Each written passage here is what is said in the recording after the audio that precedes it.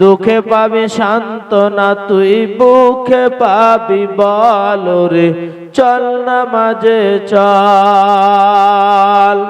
ময়লা মটি লাগলো যত দেহ মনের মাঝে, ধুয়ে মুছে সব সাফ হবে তুই যে দাঁড়াবি যায় নামাজে। মসজিদের ওই শোন রে আজান চল নামাজে চল। দুঃখে পাবি সান্ত্বনা তুই বুকে পাবি বল রে চল নামাজে চল। হাজার কাজের ওয়াসিলাতে নামাজ করিস কাজা, খাজনা তাহার দিলি না খোঁজে দুনিয়ার রাজা। তাকে তুইও পাঁচবার তুই করবি স্মরণ, তাতেও কেন চল রে চল নামাজে চল। কারো লেগে তুই মরিস খেটে কে হবে তোর সাথী, বেনামাজি রাধার ঘরে কে জ্বালাবে বাতি, হায়রে কে জ্বালাবে বাতি। উপস্থিত আজকের মসজিদ কেন্দ্রিক জলসার দূরদূরান্ত থেকে আগত ভাই সকল প্রধানশিব মা ও বোনেরা, আমি পবিত্র আল কোরআনুল কারীম থেকে একখানা আয়াতের টুকরো পাঠ করেছি। একে সামনে রেখে অল্প কিছুক্ষণ সময় বক্তব্য রাখবো। মাবুদ যদি তৌফিক দেয় তাহলে। সম্মানিত উপস্থিত, আজকের যে প্রোগ্রাম আমরা জানি বা আমরা শেষ পর্যন্ত শুনলাম, কোরআন ও হাদিসের বাণী যেই বিষয়ে যেই ব্যাপার নিয়ে এত সুন্দর করে মাহফিল বানানো হয়েছে সেটা হচ্ছে মসজিদ। যে মসজিদের ব্যাপারে আল্লাহ রাব্বুল আলামিন কোরআনুল কারীমে বলেছেন, ইন্নামা ইয়ামুরু মাসাজিদাল্লাহ, নিশ্চয় মসজিদ নির্মাণ করবে তারা, মান আমানা বিল্লাহ, যাদের ভিতরে আল্লাহর ভয় থাকে, যারা আল্লাহর প্রতি ঈমান এনেছে তারাই মসজিদ নির্মাণ করবে। সম্মানিত উপস্থিত, এখন থেকে রাত মাগরিব পর থেকে নিয়ে এখন পর্যন্ত যে যাহা দান করলে এবং করছেন, এটা হচ্ছে মসজিদের দান। যেই দান আজকে আপনি মসজিদের জন্য যদি একটা ইটও দিয়ে থাকেন, এর বিনিময়ে কাল কিয়ামতের দিন আপনি জান্নাতে একটি ঘর পাবেন।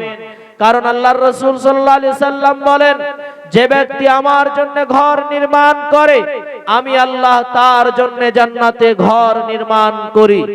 সম্মানিত উপস্থিত, এই হাদিস থেকে বোঝা যায় যে আমাদেরকে মসজিদ নির্মাণ করতে হবে।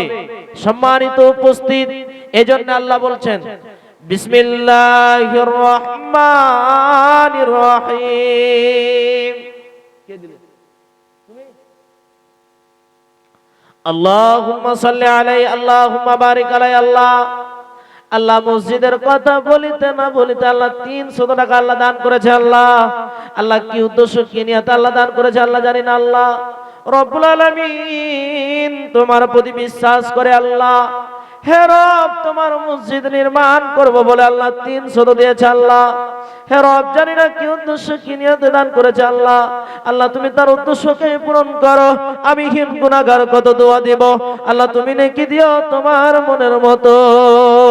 আল্লাহুম্মা সাল্লি আলাইহি, আল্লাহুম্মা বারিক আলাইহি। বন্ধুরে আমার, আল্লাহ রাব্বুল আলামিন বলেন, ইন্নামা ইয়ামুরু মাসাজিদাল্লাহি মান আমানা বিল্লাহ।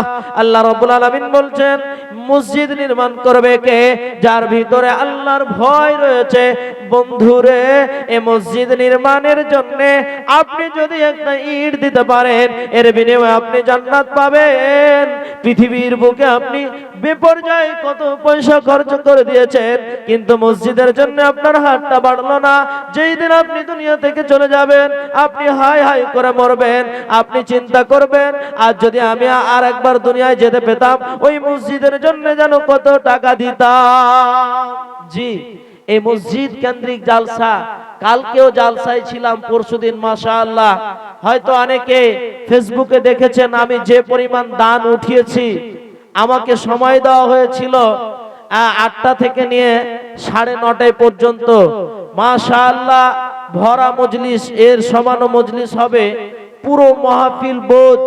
আর ওই সময় আমি কালেকশন এত করেছিলাম, হয়তো আপনারা ভাববেন যে আমাদের গ্রামের ছেলে কি যেন বলে। জি না, যদি আপনার বিশ্বাস না হয় আপনি মোবাইল নিয়ে আসেন, আপনাকে আমি দেখিয়ে দিতে পারি। কাজেই এই মসজিদ আল্লাহর ঘর। মসজিদ কে বানাবে? যার ভিতরে আল্লাহর ভয় থাকবে।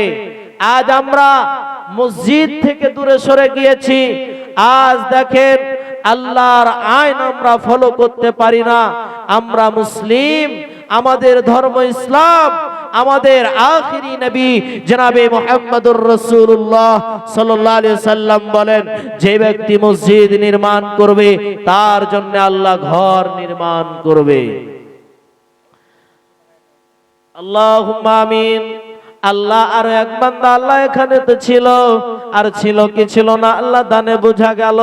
আল্লাহ 200 টাকা আল্লাহ মসজিদের লাগিয়া দান করিয়া গিয়েছে। আল্লাহ রব্বুল আলামিন পৃথিবীর কাউকে ভরসা করেনি আল্লাহ। আচ্ছা